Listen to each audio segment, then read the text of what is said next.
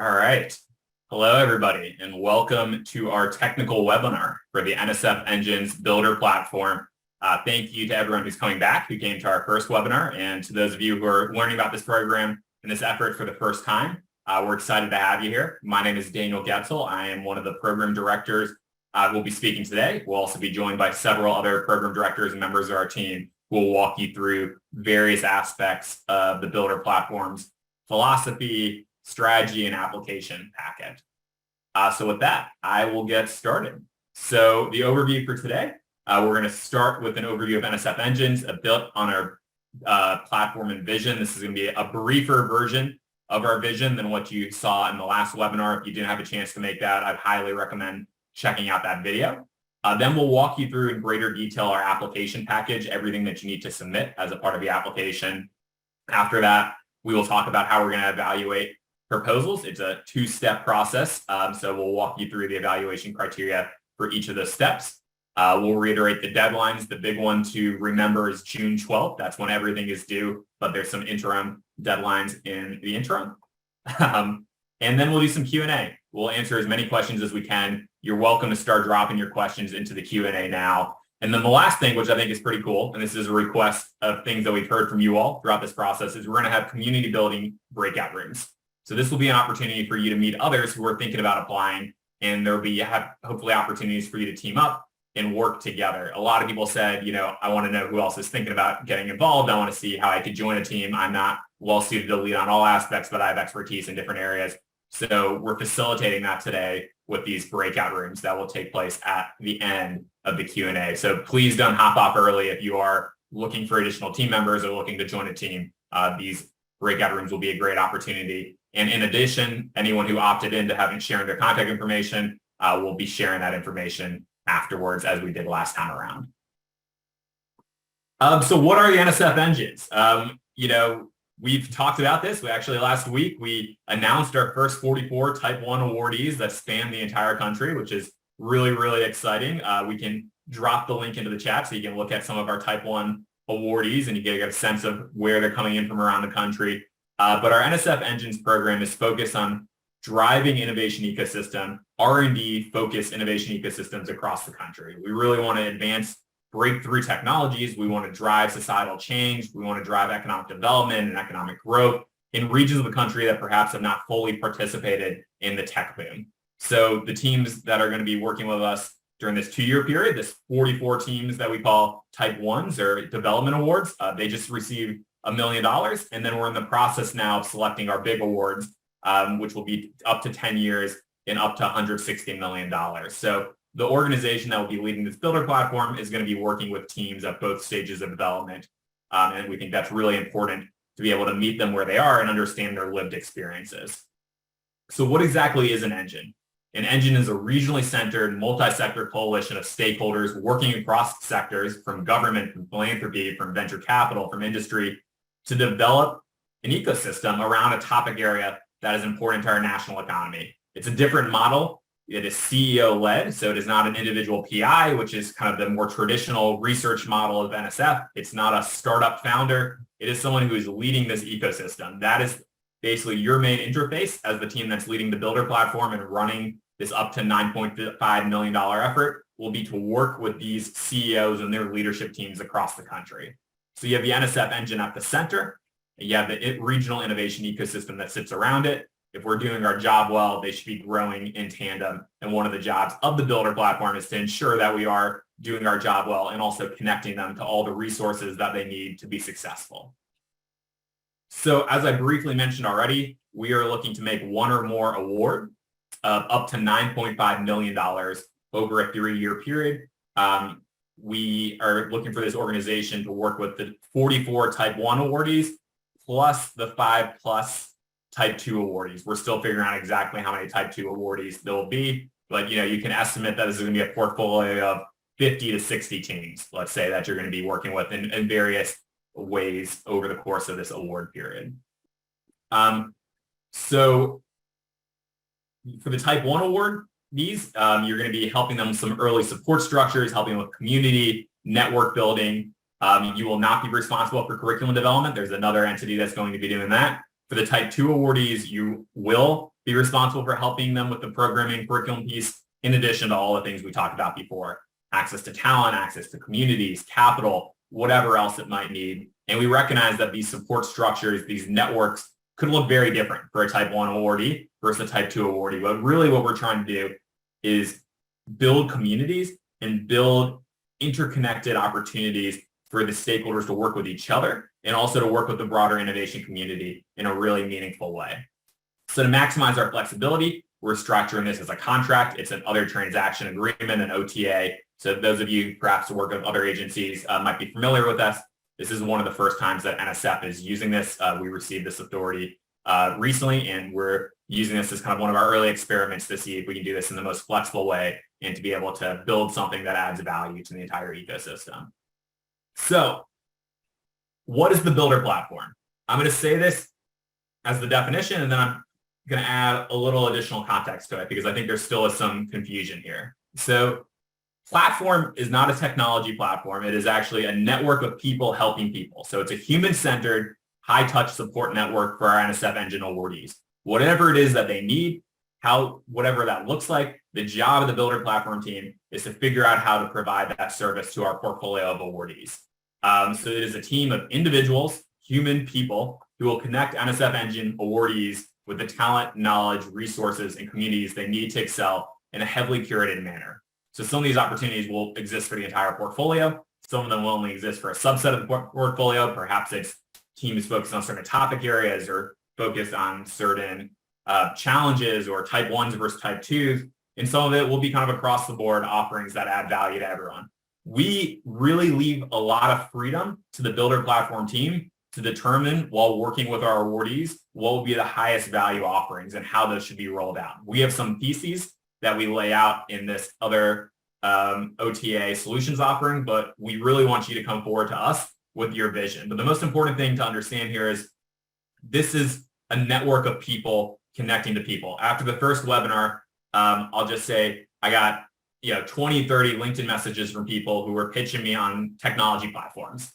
And I just want to be really clear. The lead organizations should be human-centered efforts. Pitches, I have the great blockchain-based or Web3-based solution to this. It's the best technology platform. It will solve all the challenges you face. Perhaps that might be the case. What I would say is that's not what we're looking for right now. When we have a Builder platform team, you are welcome to connect with them and potentially talk with them about those opportunities. But right now, we're looking for something slightly different, and that's what we are looking for. And that is to build community within our cohort, help them work with each other, learn from each other, share different opportunities across the cohort, have programming that really benefits them and take advantage of that cohesive network of people all trying to do these things in different places across the country, while at the same time connecting them with the things that they need in the ecosystem. So they need access to talent. They need access to people. They need to understand how to navigate government opportunities and economic development structures. These are all things that the Builder platform, if it's doing it well, should be bringing closer into the ecosystem and really helping our awardees understand their own team dynamics, understand how to work with others in the cohort, while at the same time getting access to historically hard to reach networks. That is how we're thinking about this Builder platform, and that is how we're thinking about what we'll be building over the next couple of years. So the tactical responsibilities, perhaps I've said some of these things before, but I'll just mention them again now.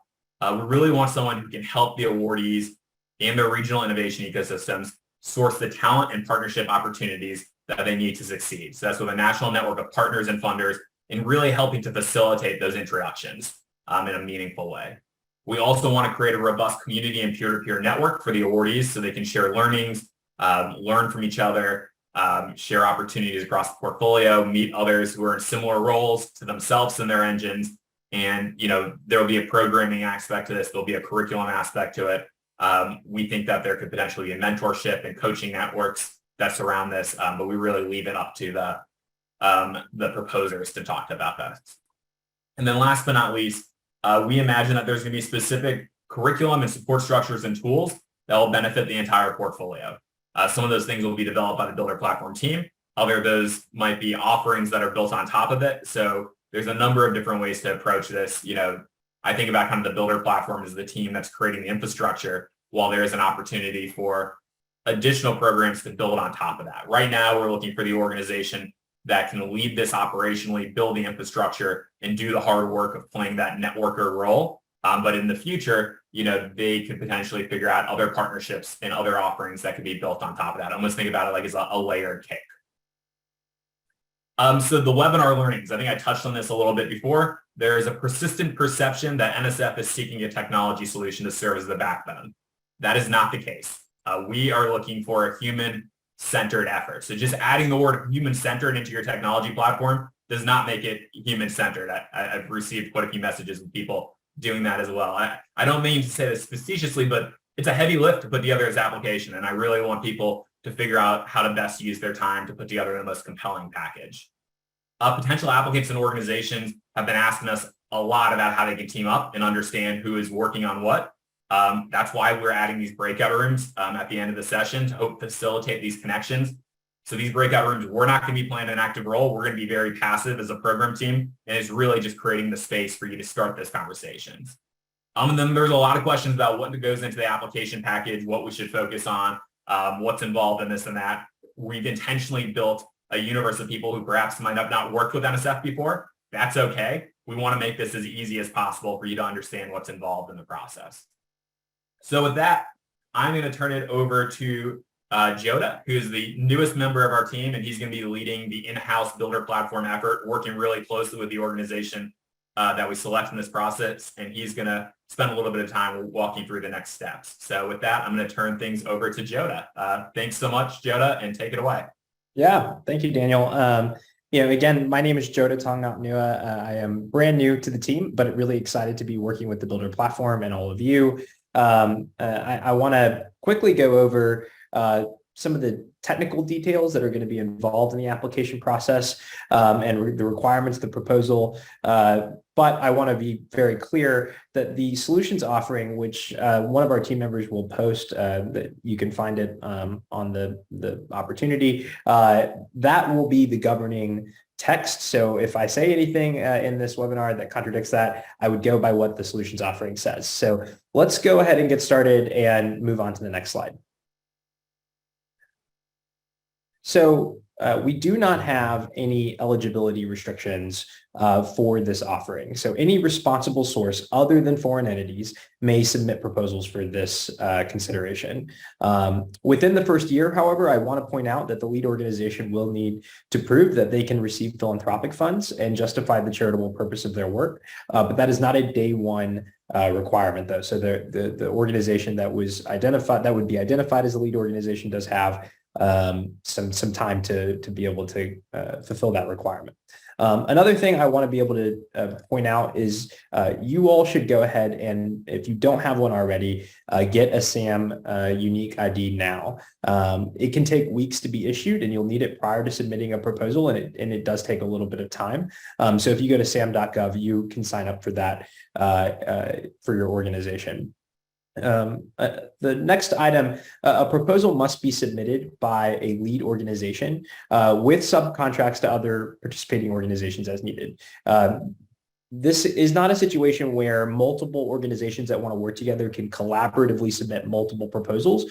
You have to submit with a lead organization, and an eligible organization can submit a maximum of one proposal as a lead organization, which is to say, if you want to submit as a lead organization, you must submit as a lead organization. And if you want to be a subcontractor, you have to work with that lead organization to submit a letter of collaboration and be included in their proposal. That letter of collaboration will outline why your organization is right for that proposal and the services that you're being proposed for. But that is how we're thinking about the proposal process. Again, you must submit as a lead organization, and if you are interested in participating as a subcontractor, you have to partner up ahead of time with that lead organization. Next slide, please. These are some technical details about how the proposals need to be formatted. A proposal cannot exceed a total of 15 single-sided pages. The proposal has to be typed, double-spaced, and using a 12-point font, and printed on standard 8.5 by 11 paper with a 1-inch margin on all sides. The tables and graphs may use a smaller font. The solutions offering does detail this, and I do want to very specifically say if a proposal element is not specifically exempted like the tables and graphs are, these are the requirements for how you must assemble your proposal. You have a title page that doesn't count towards your page limit, and it has to include your lead organization's name, your SAM ID, your UEI, so that's the unique ID for your SAM registration, as well as the point of contact and the contact information. Next slide, please. The next big chunk of your proposal is going to be the body of your proposal, and how this will describe how your organization will support the efforts and goals that were outlined in the solutions offering. And you really should be addressing the following 4 big areas in the body of your proposal. The first is broadly your vision of how your organization will approach building out the Builder platform.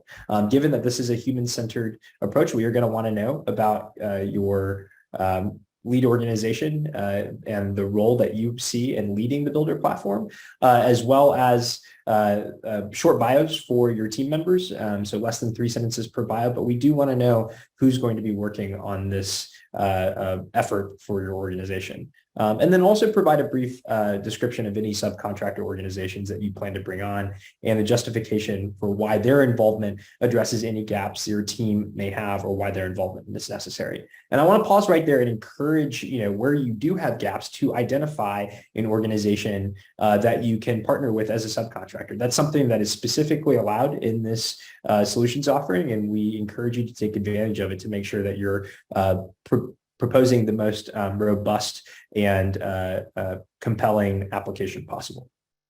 Also outline an overview of the networks, partnerships, and new capital sources that you will be bringing to the table, and also how you plan to deploy them directly to NSF engines. Next slide, please. So the next 2 items, the final 2 of the 4 are the activities. So provide a high-level description and timeline for the activities your team is going to be taking during the award period, which is a 3-year award period, and as well as a high-level information on the robust high-level information on what a Builder platform will look like at the end of the award period, at the end of year 3. What sorts of programs are going to be launched? How will the organization be involved in supporting Builder platform activities? And how specifically, and perhaps most importantly, are the engines, the Type 1 and Type 2 awardees are going to have benefited from the activities that you've taken on? Finally, DEIA. So we want to know how your organization has infused diversity, equity, inclusion, and accessibility into all aspects of your Builder platform model. And we specifically want to see the steps that your organization has already taken to build an inclusive DEIA culture within your organization already prior to pursuing this opportunity. And then also identify the new efforts that you're going to undertake, which are specific to the Builder platform effort. Next slide, please. I want to talk a little bit about the time horizon that we are asking for specific items in the proposal. So the solutions offering does provide a lot of detail, and would definitely, again, encourage you to read that in a very thorough way to understand exactly what we're looking for. But this is a quick snapshot of, of what the time horizon, because there has been some confusion of the deliverables, or rather the items within the proposal that we're looking for. So for the activities, we are looking for 3 years of detail on the activities the Builder platform will take on. But as each year goes on, for years 2 and 3, we anticipate that this will get more high level. Again, you'll zoom out, you won't have all of the details. And again, we understand that these things may change as you learn, but we do want to have some understanding of how you're thinking about the activities of the platform. And if they need to change along the way, that's okay. But this is important for the NSF to understand your vision. We are requesting a budget and a budget justification, but only for the first 12 months of the award period. So don't go and build out a detailed 3-year budget. We really are only looking for a 12-month proposal budget. And that's outlined in the solutions offering, and we're going to be clarifying that as well. Additionally, we are seeking a long-term financial model. And this is a little different than a budget proposal or justification. This is really about understanding how you see the financial viability of the Builder platform. And this can include certain assumptions around philanthropic funding, any revenue models that you might have. This is the place to include that, and that is over a 5-year period.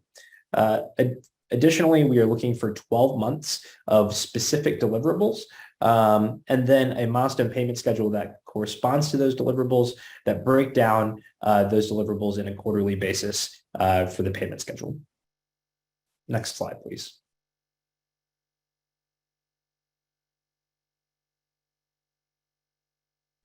So as a quick review,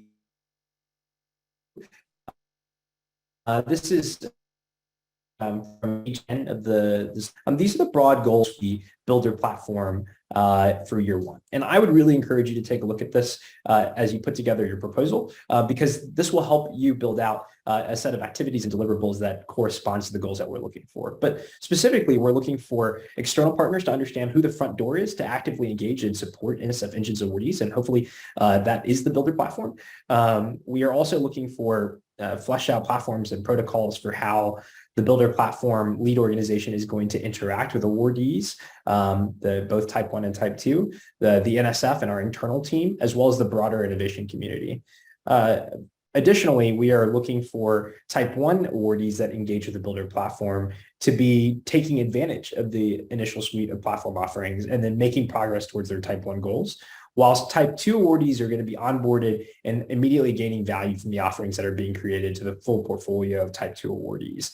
And I think that means that for the Type 1 awardees and Type 2 awardees, there needs to be a clear value proposition for them to want to engage the Builder platform. This is not something where we're going to be necessarily forcing on the awardees, but rather this is an opportunity to provide real value add and benefits. And that's one of the things that we're going to be really looking for, is making sure that this is something the Builder platform is something the awardees are actually going to want to take advantage of. Next slide, please. So there's a 3-page limit for the project deliverables, and here's what exceptional looks like in the review criteria for the project deliverables. We're really looking for a plan that clearly articulates what activities are going to be taken at the 3-month, 6-month, 9-month, and 12-month milestones, and provide a cohesive strategy for how those activities will contribute to the short-term and long-term Builder platform outcomes that we define in the solutions offering. And I do want to really underscore that they should specify activities for Type 1 and Type 2 awardees, specifically where they may overlap or be individually different or tailored to those individual awardee types. And the deliverables should align with the milestone payment schedule as well.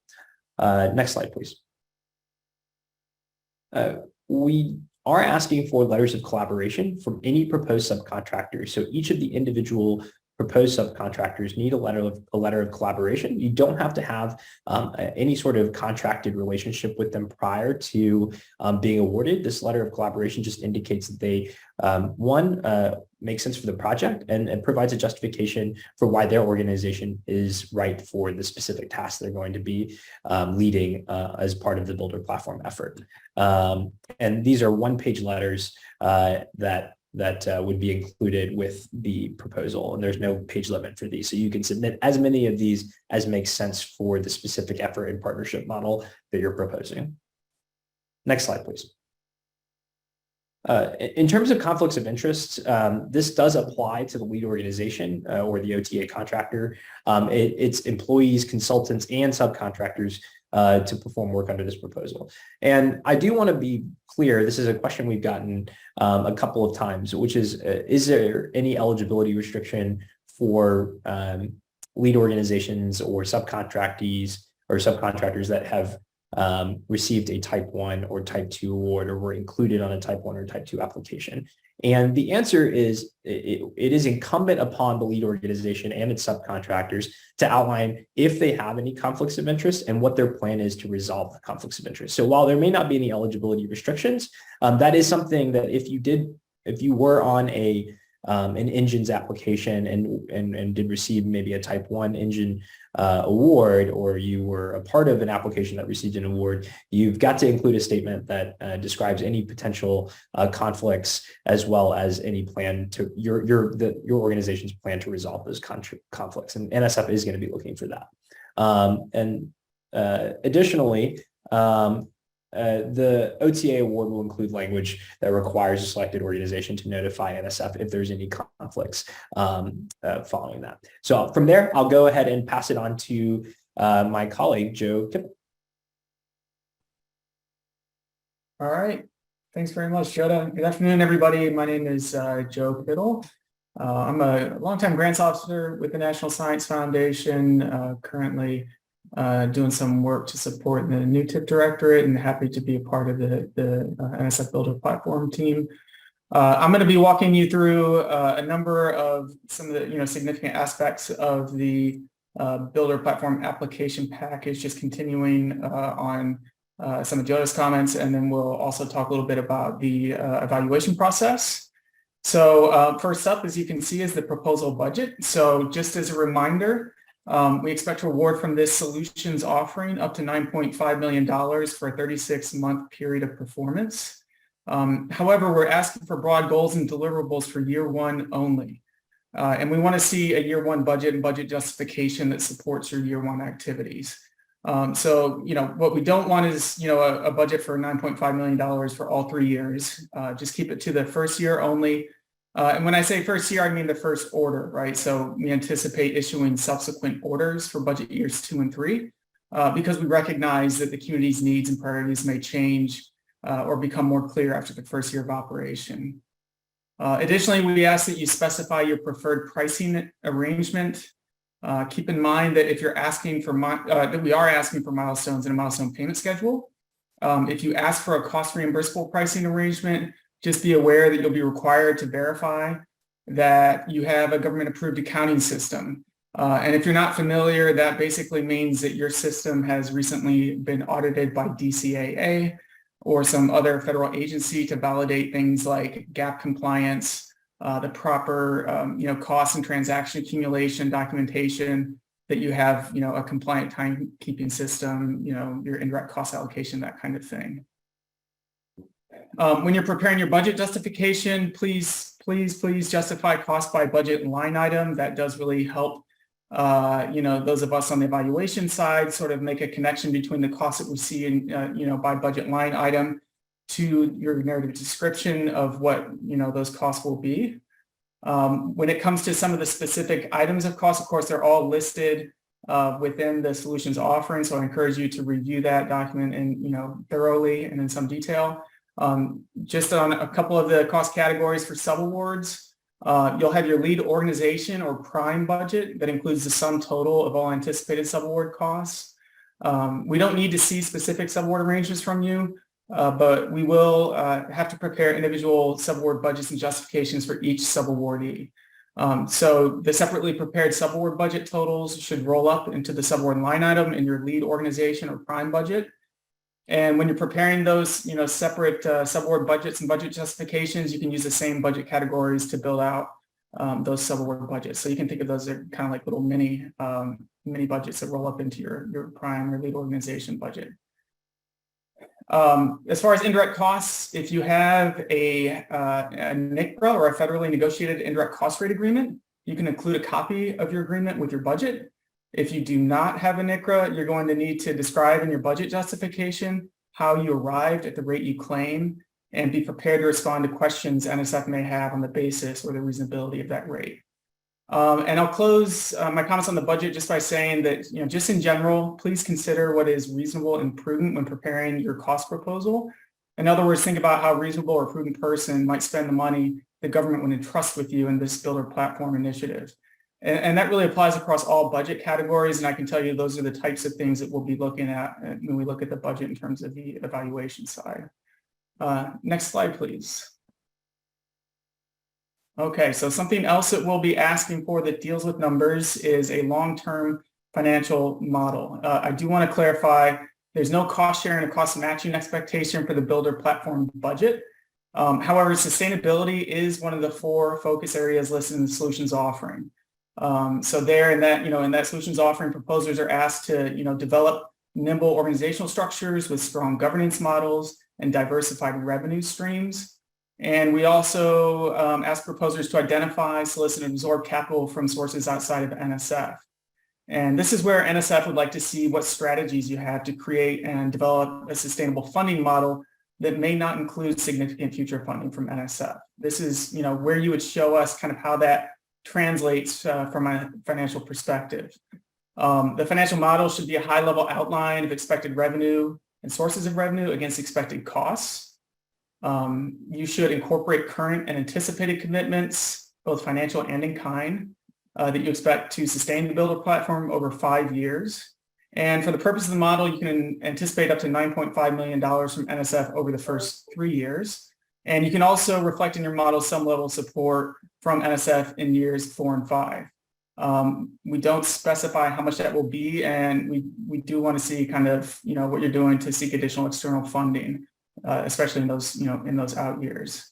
I just want to reiterate before we close on this slide that we understand the model will be high level, and as such, it's going to be subject to change over time. So what we really want to gain from this exercise is a better understanding of your vision for how the Builder platform translates from a financial perspective.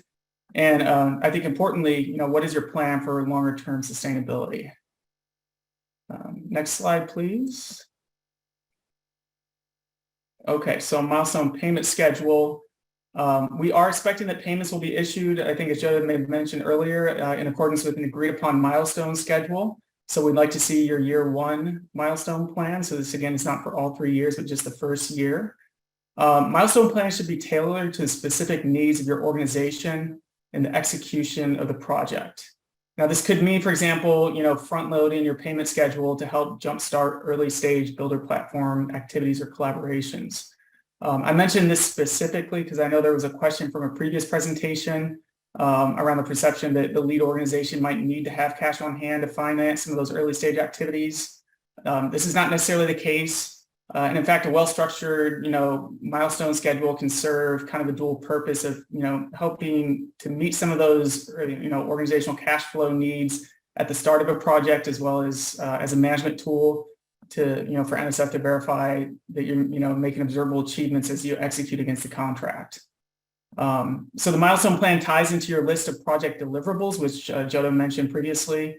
And again, as you said, when you're developing that list, please be sure to distinguish which activities will be specifically geared towards the Type 1 or Type 2 awardees and which will be geared towards the entire cohort. NSF's payment of milestones will be based on your ability to demonstrate completion of tasks or deliverables associated with those milestones. And the milestones and deliverables will be negotiated prior to award. That being said, we acknowledge that, those may evolve over time and over the period of the award. Next slide, please. Data management and privacy plans. This is a really important piece of the application. I don't have a whole lot to say about it other than what you see on the slide, but I do want to emphasize that, this is where we want to know about your plans for data dissemination and protection. So the lead organization is going to be responsible for the protection of data from potentially a variety of sources. It could be from NSF if it's non-public data. For example, helping NSF collect data to track portfolio progress. It could be data or information from NSF contractors, that you may be collaborating with, and thinking, for example, about the team who's developing the Type 1 engine awardee curriculum.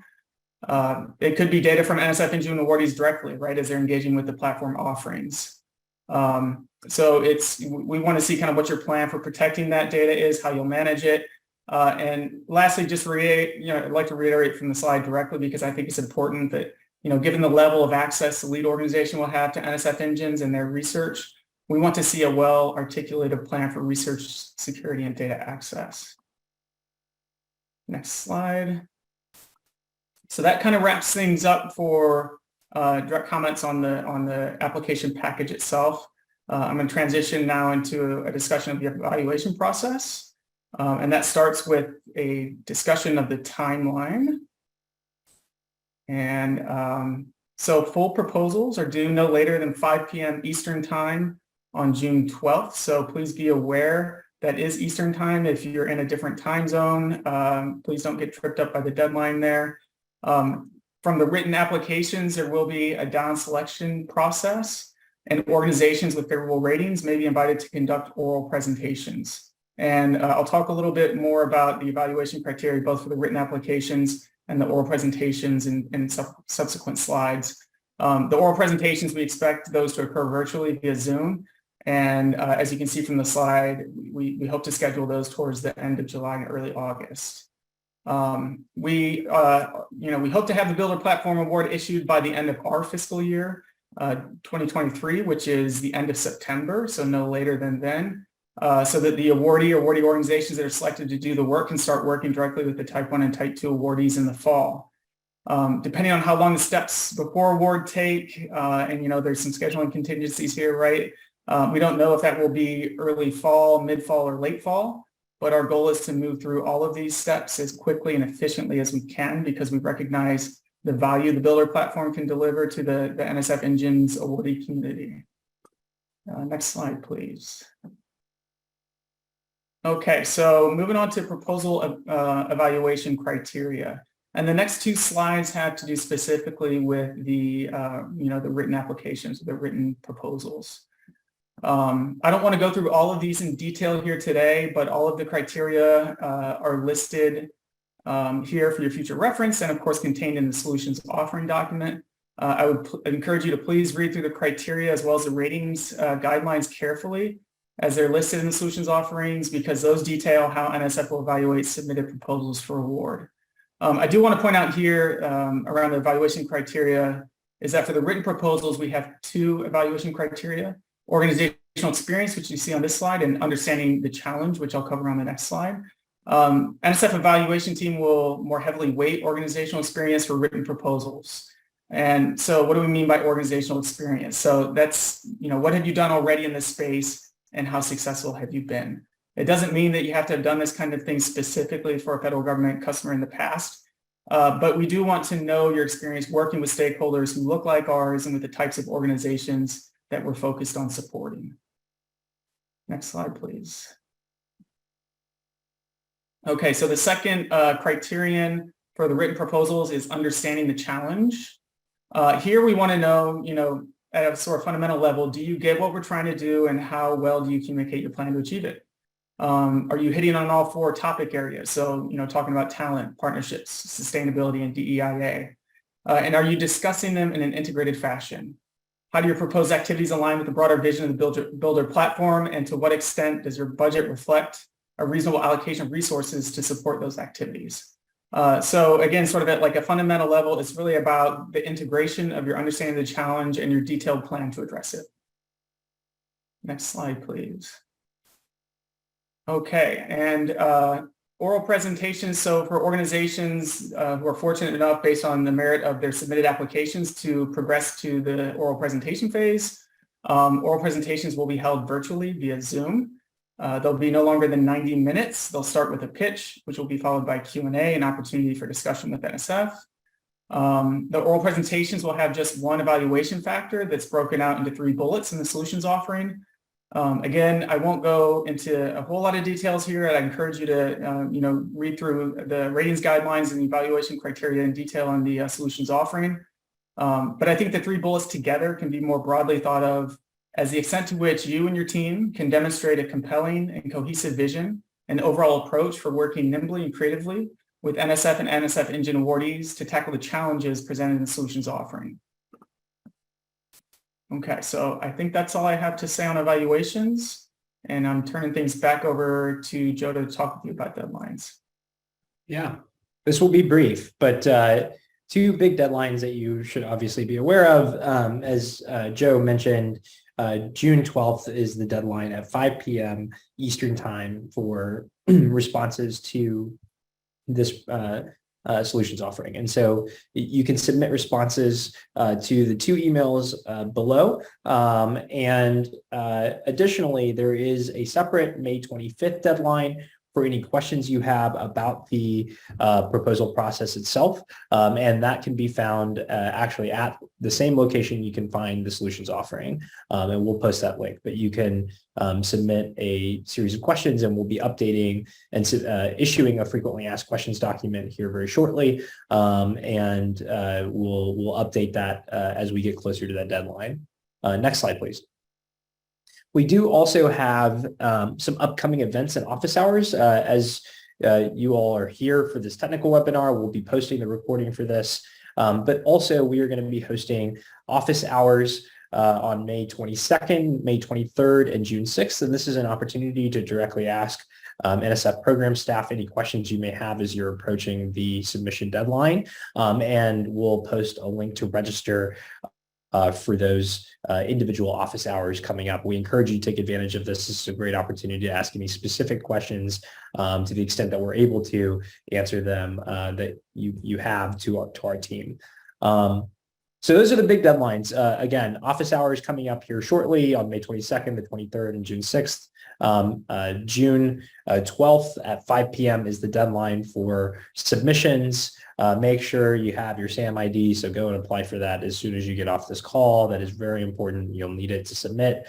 And then additionally, we do have a May 25th deadline for any questions. So feel free to submit those questions and we'll try to get them included in the FAQ.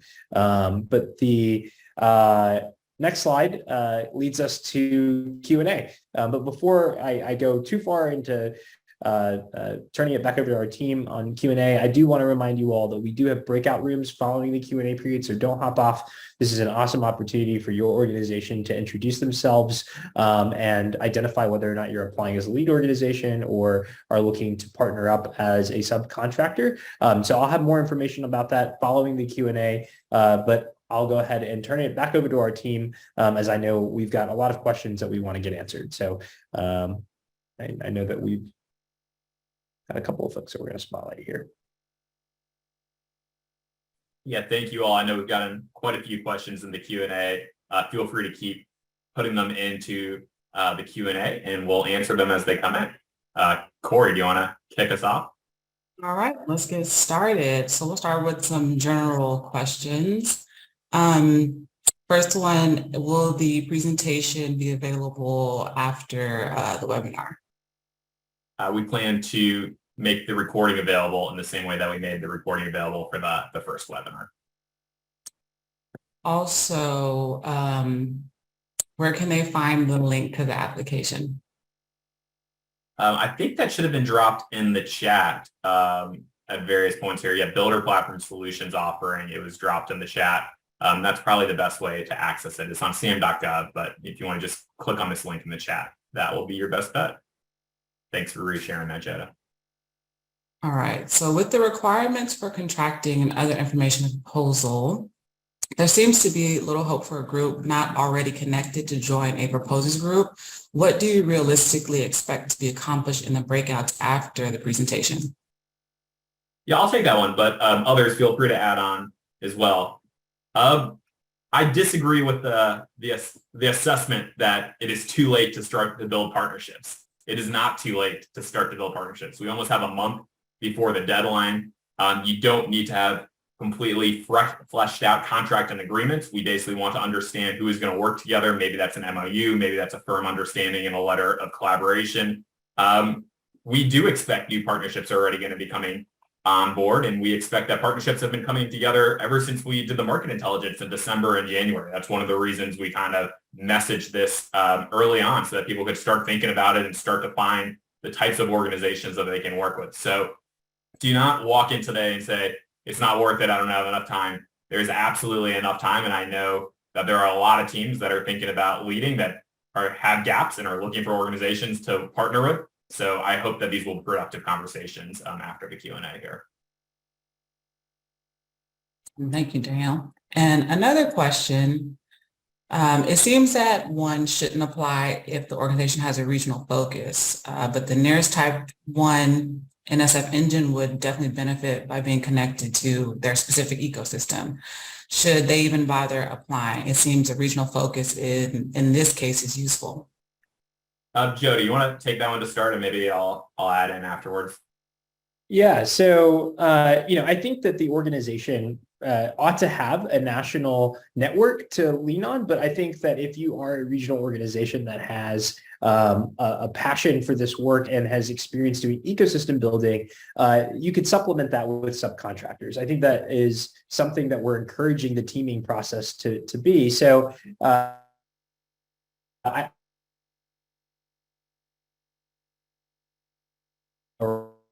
a regional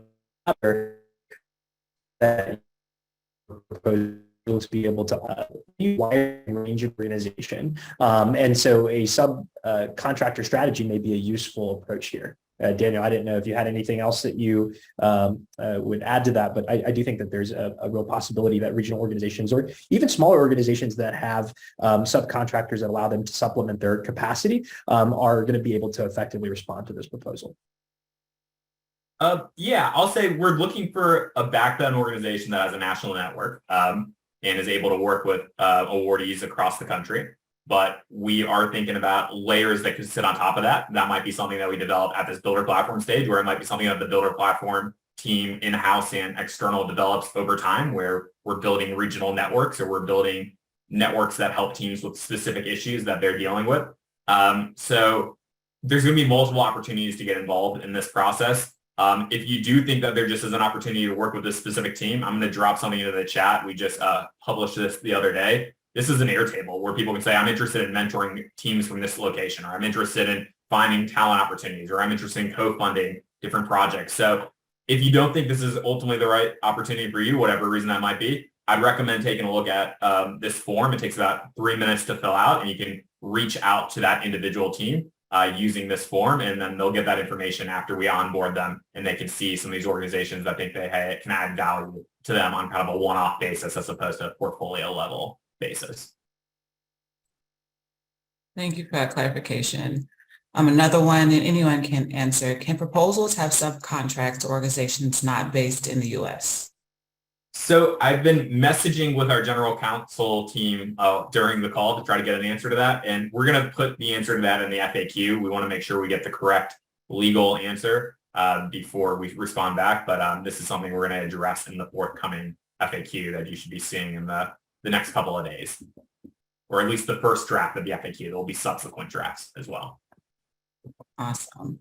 Joda, what is the most significant quantitative deliverable expected from the program? Yeah, I think that we're going to be looking for, especially within the first year, how successfully did the builder platform lead organization engage with awardees. I think that we are still in the process of figuring out, and this will probably be a collaborative process with the lead organization, what the individual metrics are going to be for evaluating what a successful engagement with awardees looks like. And we're also going to be doing ongoing evaluation individually with the awardees themselves and talking with the awardees to figure out if this is adding value. But this initial phase is really going to be about which milestones and activities have been implemented. That is really going to be the initial driver of success. And this is a learning process for the NSF. And so I think we are really going to be looking at those activities as a marker for how well the builder platform is doing. Daniel, do you have any other thoughts on that? You may have covered some of this already, but there is a section in the solutions offer that talks about developing metrics to track awardee engagement with platform services in progress.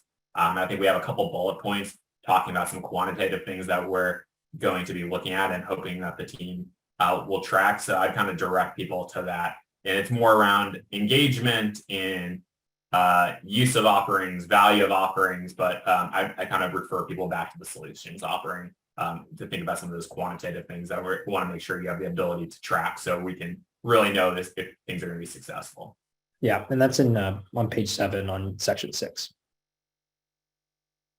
Thank you. Daniel, does winning a contract with NSF for this technical assistance work preclude the lead organization from working with other grantees of other federally funded grant programs?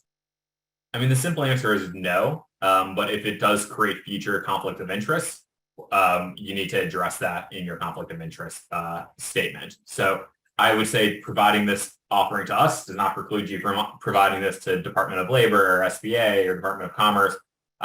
We expect that some of you are working with multiple agencies, but if it is going to create some type of conflict of interest, you should address that in your COI section. Thank you. Anyone can take this. Would an incubator hosting already awardees from NSF be qualified for an application, and would they have a high likelihood of winning an award? I'll start it off and then others can join. So any organization type is eligible. For-profits, nonprofits, accelerators, incubators, venture funds. What I do want to make clear, though, is the focus of this work is on supporting the ecosystem builders, so the CEOs and the leadership of the NSF engines. That is different than supporting individual startups. While you might also have the ability to support startups, and that might be kind of a byproduct of this or a downstream part of the effort, the focus of your work is meeting the ecosystems and their needs. So it isn't working with a set of 10 startups working in quantum or whatever it might be. You're really working at this ecosystem level. So if you can make the case that you're able to transition your work to suit the needs specific to this program, I think that is allowable and fantastic. But I just want to differentiate supporting startups versus supporting NSF engines. There's overlap, but they are two very different things and require slightly different skill sets. All right, thank you for that, Daniel. Now we'll move more into funding. So Joe, here's a budget question. Can we present a fixed price contract without having a pre-negotiated indirect cost agreement? Yes, it's not required that you have a federally negotiated indirect cost rate agreement. But it kind of, as I stated in my comments on the budget, if you do not have a current federally negotiated rate, just be prepared to support whatever rate you claim in your budget for indirect costs, and describe your budget justification how you arrived at that rate. Thank you. All right, another question. What level of detail is expected and required for partner budgets? Joe, if you can answer that one. Yeah, I mean, I think I would say I would go back to this kind of prudent person standard, is if it were your money or you were tasked and you will be with sort of reviewing that budget from your subrecipients, what level of detail would you expect to see in order to feel comfortable with that, the outlay of those funds? So there's not a specific standard that you need to meet with that, but it needs to be enough that a reasonable person can review that budget and the supporting justification and make a determination around the reasonability or the necessity of those costs with respect to the proposed activity. Thank you, Joe. One last question for now. Does the budget for year one have to be an even split of the $9.5 million across the 3 years, or can we request more funding in year one with years 2 and 3 being lower amounts? That's a great question, and I would say that it does not need to be an even split.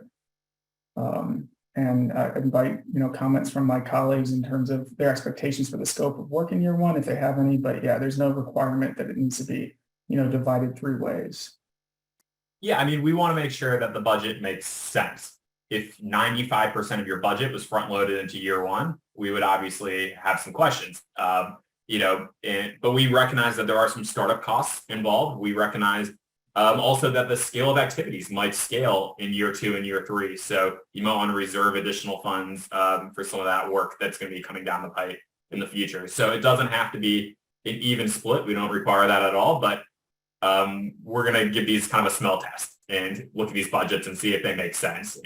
So I wouldn't try to do something cute to try to front load a bunch of money if it doesn't make sense for the overall activities that are being proposed.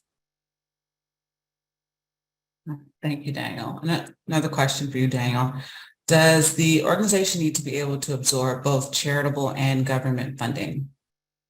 Well, obviously, you'll need to be able to absorb government funding because that's how our dollars are being structured. We do have a requirement that within the first year, you have the ability to receive philanthropic funds and to be able to establish charitable purpose in the eyes of a philanthropic funder. We think there is a lot of interest. We've already seen some of it from philanthropic funders to build additional things on top of this to offer certain networks or opportunities or fellowships or coaching networks. And we wouldn't want to be in a situation where we can't take advantage of those great opportunities because this organization doesn't have the capacity to absorb those dollars. It doesn't have the interest in absorbing those dollars. So it does not have to be the lead organization that has the capacity. It has to be an organization that is a part of the effort. It can be a subcontractor, one that is kind of heavily involved in this effort. But we're going to evaluate that as a part of this process. And we hope that within the first year of the award, you'll have a cohesive strategy for thinking about bringing in outside capital from other sources and integrating that into this effort. Thank you. Another one, same topic. Does the lead organization need to be able to accept charitable contributions within 1 year, or could that be the responsibility of a subcontracted partner?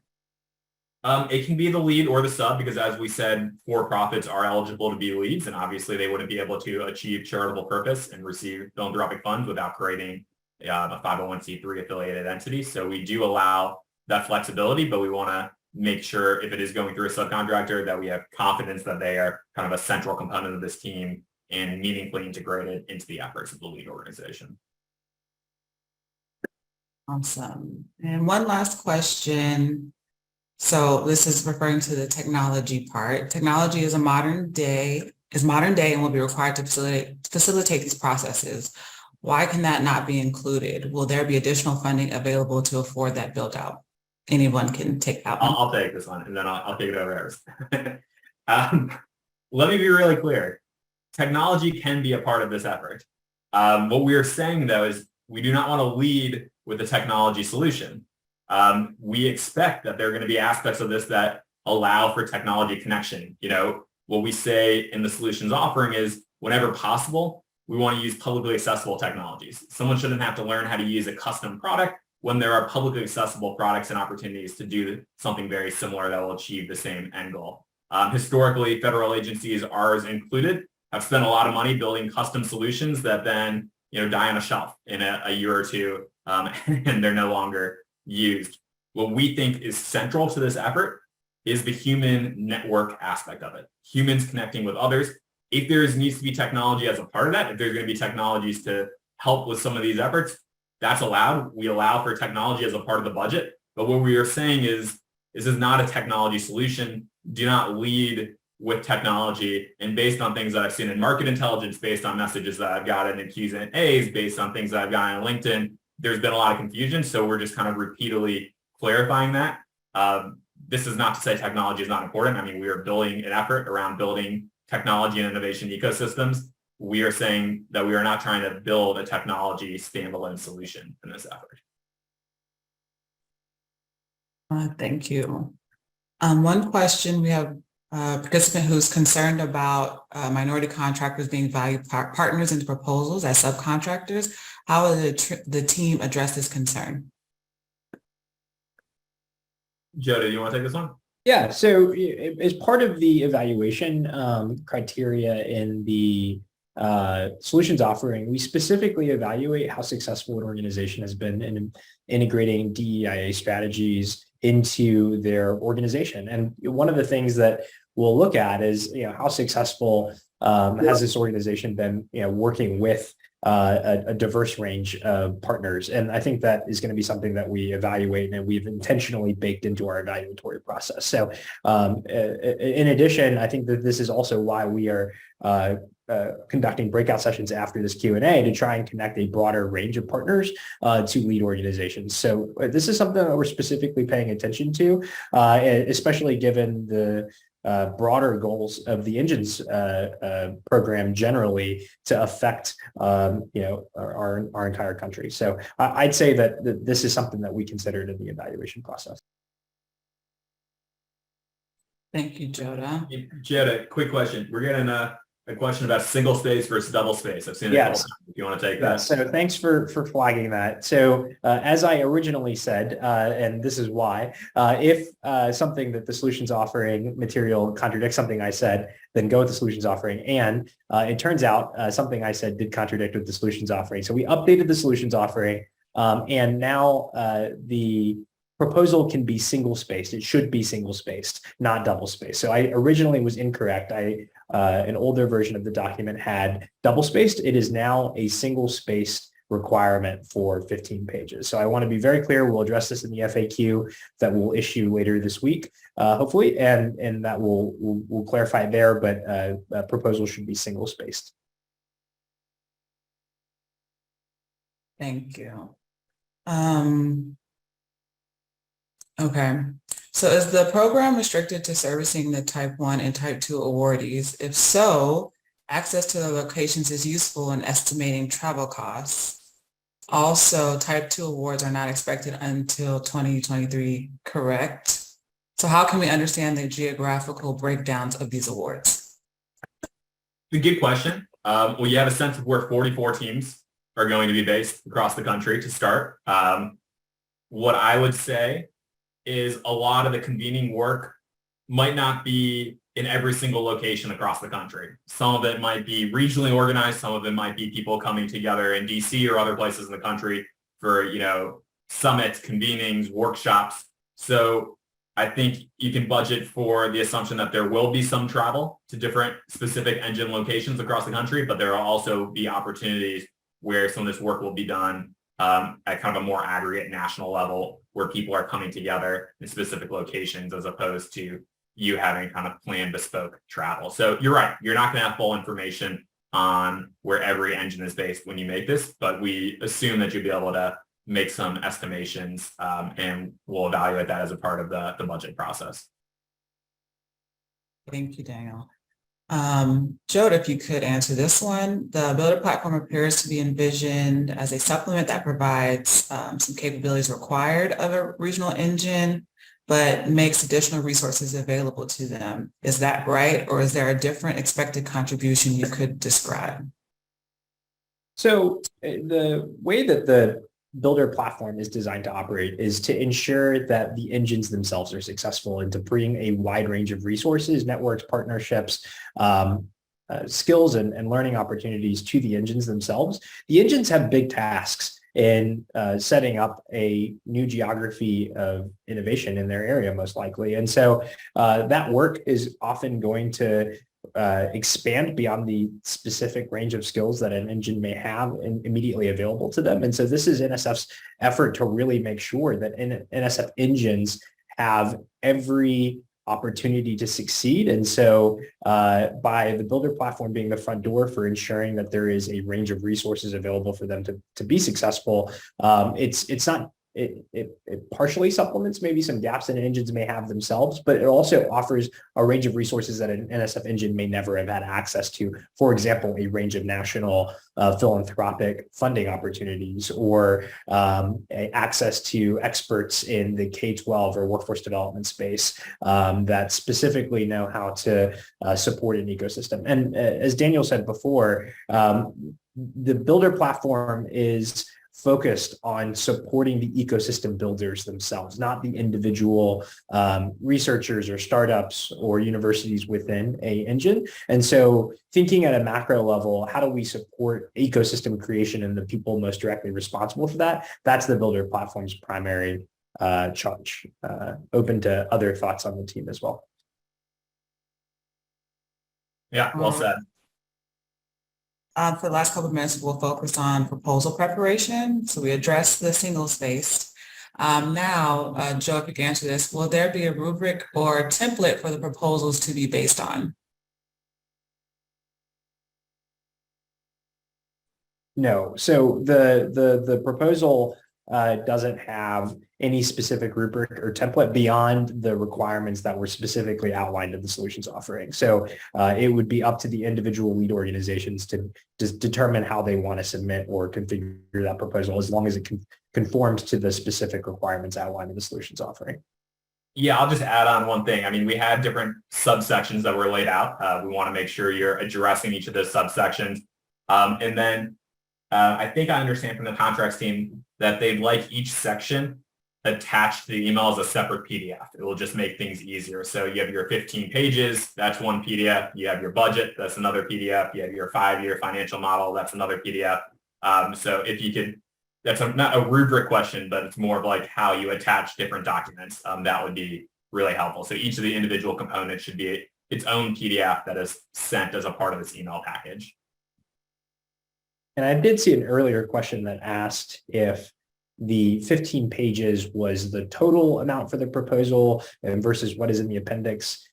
Joe, correct me if I'm wrong, but I would say if an individual item like the project deliverables or the budget has a page limit that is outside of the page limit of the 15, it would be considered an appendix. Is that right, Joe? I wanted to make sure that that's correct.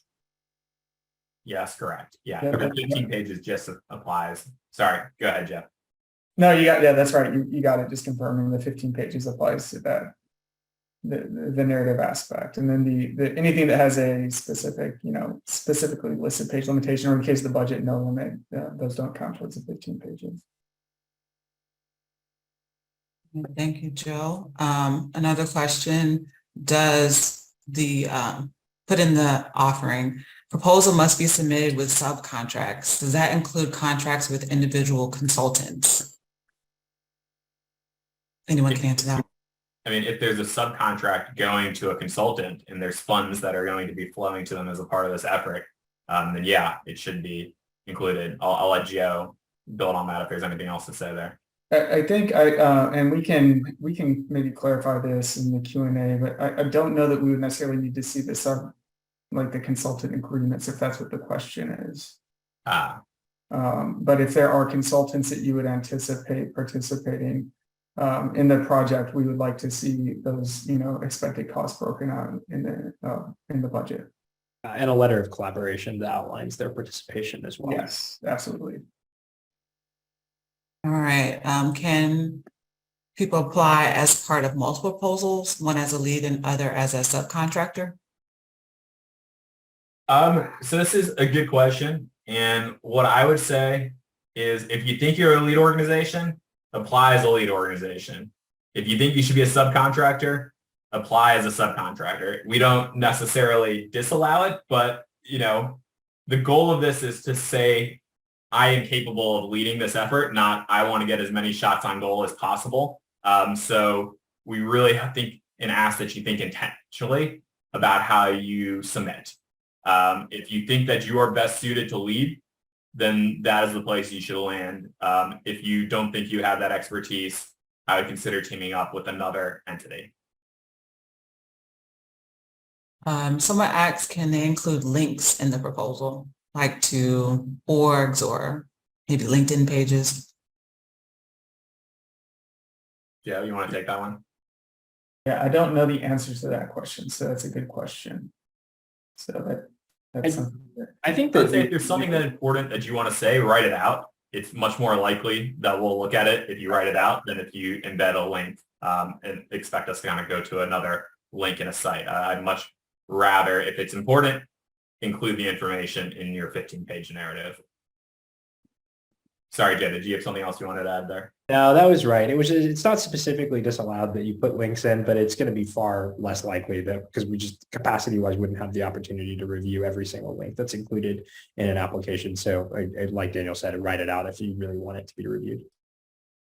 Thank you for that clarification. What level of detail should be included in the one-page collaboration letters? Is it restricted to confirming their intent to participate?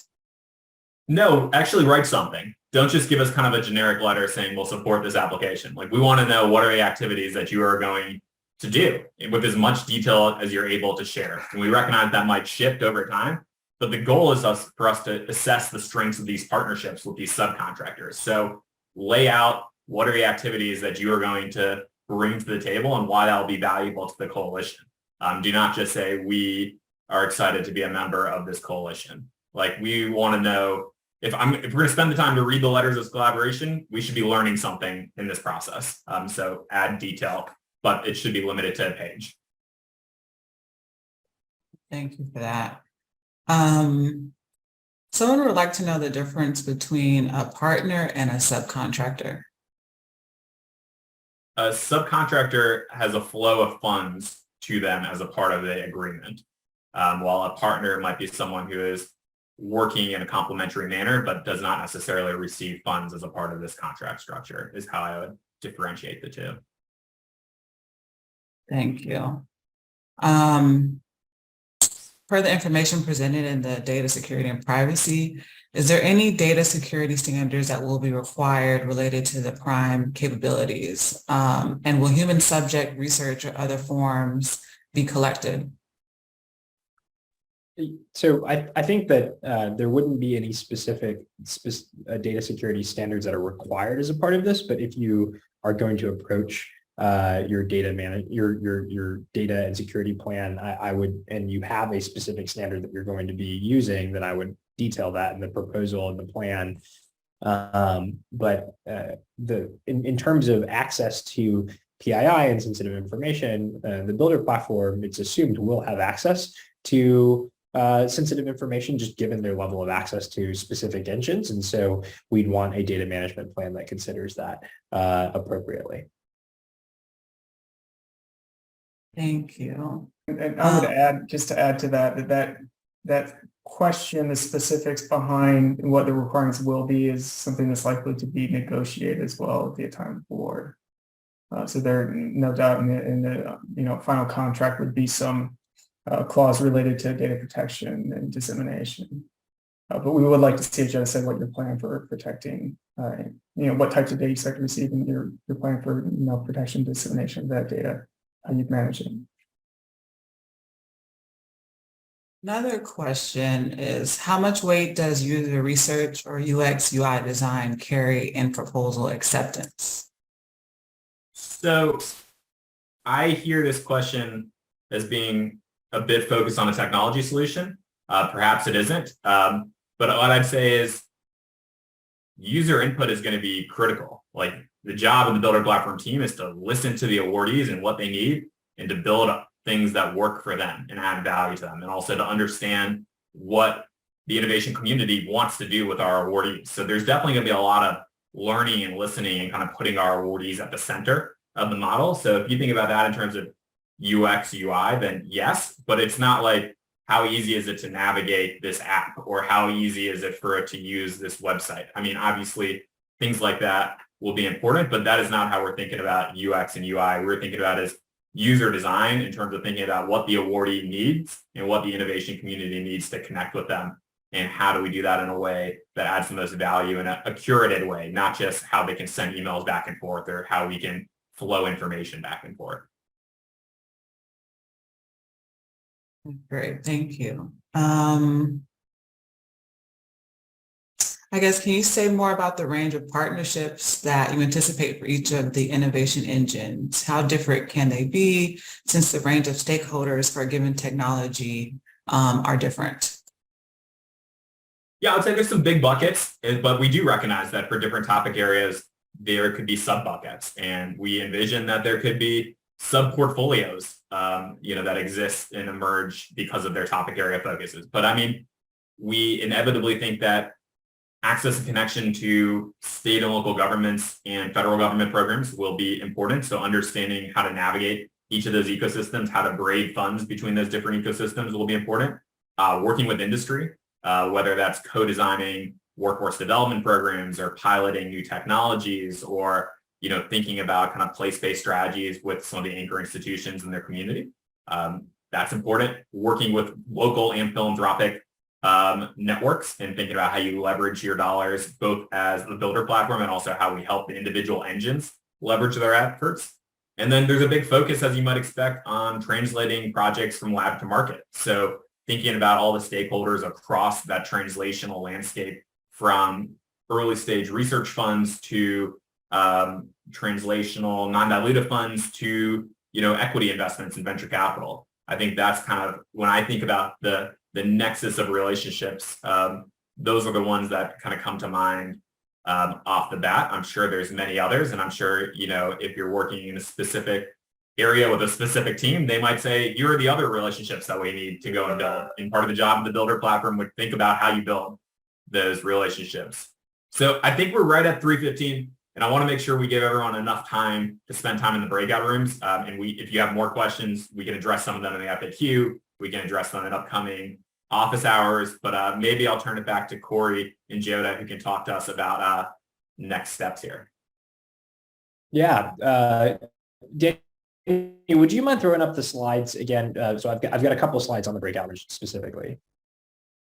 Yes, 1 second, I'm just pulling them back up. And thank you all for your questions. They've been recorded, and those that we were not able to get to, we will try to incorporate into the FAQ document. But everything has been recorded, and thank you all so much for your questions. Yeah.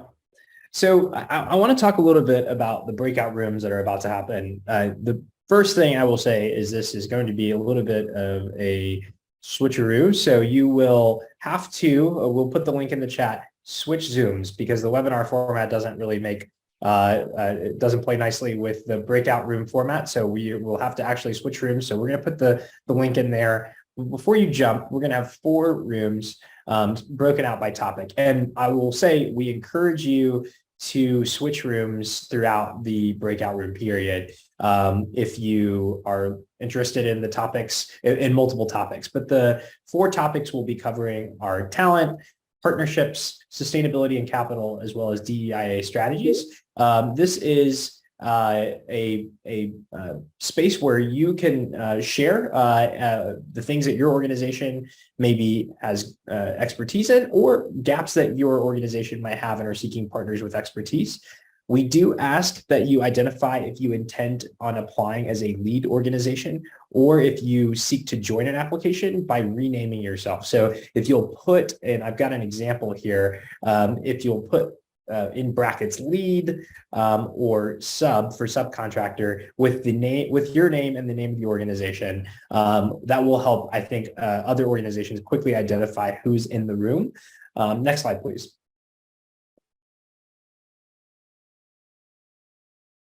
So as you move between breakout rooms to meet folks who are engaged in ecosystem building work and experts in the space, I do want to really urge and encourage you to introduce yourself in the chat, because we're not going to have time to introduce everybody verbally. So share your organization, your name, and perhaps a little bit of your contact information.